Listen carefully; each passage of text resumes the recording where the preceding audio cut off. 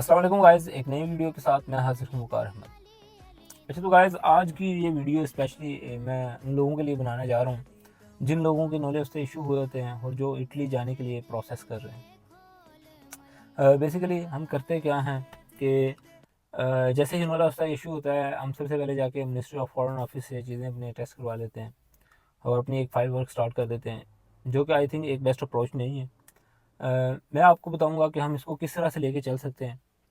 अच्छा, सबसे पहले तो आपका जब नॉलेज का इशू होता है तो आपने अपने नॉलेज स्टे को वेरीफाई करना है, चेक करना है उसमें डेट ऑफ बर्थ जो है वो सेम है, आपका नेम जो है वो सेम है। अगर उसमें कोई भी किसी भी किस्म की कोई प्रॉब्लम आ रही है तो आप इटली प्रोफेक्टूरे में दोबारा से रिक्वेस्ट करके अपना जो है नॉलेज अपडेट करवा सकते हैं। वो आपको एक ईमेल कर देंगे कि हाँ जी, हमने आपकी जो नॉलेज है उसको अपडेट कर दिया है, एम्बेसी में भी आपकी जो रिक्वेस्ट पुट कर दी है, और आपको वो एक ईमेल देंगे जिसका प्रिंट आप साथ में अटैच कर लेते हैं। अच्छा, सेकंड स्टेप हमारा क्या होगा? सेकंड स्टेप पे हम अपने तमाम डॉक्यूमेंट एफआरसी, लाइक अगर एक फैमिली है जिसमें अपनी वाइफ को इनवाइट कर रहा है, उसमें कौन कौन से डॉक्यूमेंट रिक्वायर्ड हैं। सबसे पहले आप अपनी FRC, MRC, birth certificate, Urdu निकाहनामा, ये चारों डॉक्यूमेंट ले लेते हैं। ये लेने के बाद आपने क्या करना है, किसी अच्छे से कंसल्टेंट से अगर आपने हमसे कोई हेल्प चाहिए है तो हम भी ये सर्विस आपको प्रोवाइड कर रहे हैं। आपने ये फाइलें अपनी चारों डॉक्यूमेंट चेक करवा लेने। बेसिकली जो सबसे बड़ा इशू आता है वो आता है निकाहनामा में। आपका जो निकाहनामा है वो आपके लिए एक प्रॉब्लम क्रिएट कर देता है, क्योंकि लोगों को पता ही नहीं होता निकाहनामे में कौन कौन सी शिक्कें हैं जो पूरी करनी है। लाइक समटाइम जो है ना, वो कुछ फॉर्म होते हैं, एक सेक्शन होते हैं जिधर हमने लिखना होता है कोई नहीं। ठीक है, लाइक वो कहते हैं कि अगर आपकी इससे पहले कोई शादी हुई है, अगर हुई है तो ठीक है, नहीं हुई तो नहीं, हम उसको खाली छोड़ देते हैं, या वहाँ पे लिख देते हैं नहीं, तो वहाँ पे लिखना अपने कोई नहीं, आपने किसी भी सेक्शन को खाली नहीं छोड़ना।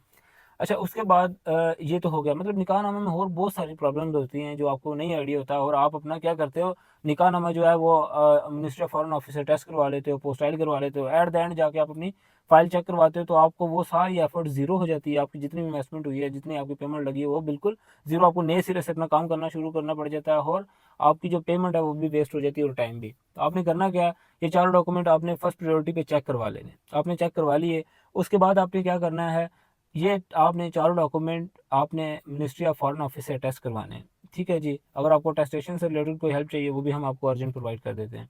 उसके बाद ये चारों डॉक्यूमेंट आपने मिनिस्ट्री ऑफ फॉरेन ऑफिस से मूफा से अपोस्टाइल करवाने हैं।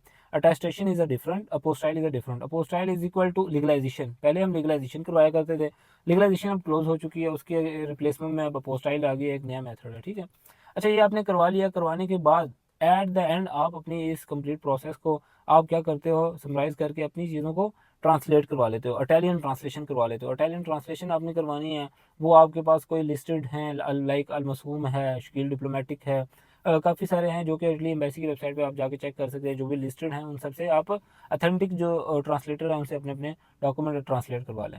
अच्छा, ये ट्रांसलेशन का प्रोसेस कंप्लीट हो गया। अब आपने क्या करना है, ऑब्वियसली ये फॉर्म वगैरह ये वो चीज़ें आप खुद फिल नहीं कर सकते। उसके लिए आपको किसी न किसी कंसल्टेंट की, किसी अच्छे फाइल बनाते हैं उनकी हेल्प की ज़रूरत है। अगर आपको इसमें किसी भी किस्म की ज़रूरत है, एक ईच एंड एवरीथिंग जो एक कंप्लीट फाइल प्रोसेस है वो हम करते हैं। हम आपको वो फाइल रेडी करके दे सकते हैं। आपने करना क्या है, मेरा नंबर प्रोफाइल में है, ठीक है, आप मुझे आके कांटेक्ट कर सकते हैं। आपने अपनी फ़ाइल चेक करवानी है, वो हम आपको चेक करके दे देंगे। आपने पोस्टाइल करवानी है, अर्जेंट पोस्टाइल भी अवेलेबल है। मिनिस्ट्री ऑफ फॉरेन ऑफिस से अटेस्टेशन करवानी है, अर्जेंट भी अवेलेबल है।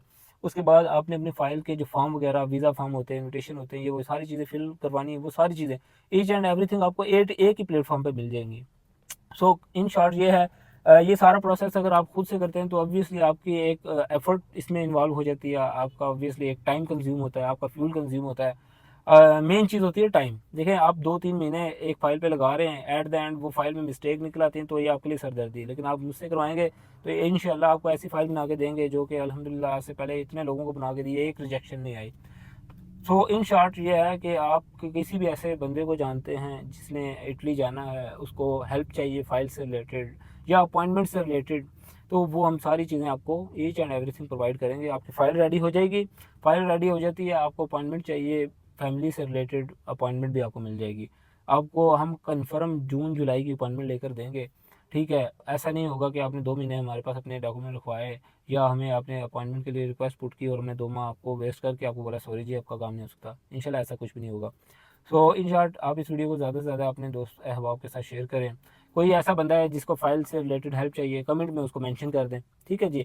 ज़्यादा से ज़्यादा लोगों को कमेंट में आके मेंशन करें जिनको भी फ़ाइल से रिलेटेड फ़ाइल चेक करवानी है, फ़ाइल प्रिपेयर करवानी है, मिनिस्ट्री ऑफ फॉरेन ऑफिस से अर्जेंट पोस्टाइल करवानी है, उसके बाद अटेस्टेशन करवानी है, कुछ भी करवाना है, उस बंदे को सिंपली आप कमेंट में जाके मेंशन कर दें। मैं इंशाल्लाह उसे डायरेक्ट कॉन्टैक्ट कर लूँगा और उसको इंशाल्लाह जो भी हेल्प हम कर सकते हैं वो हम करके देंगे।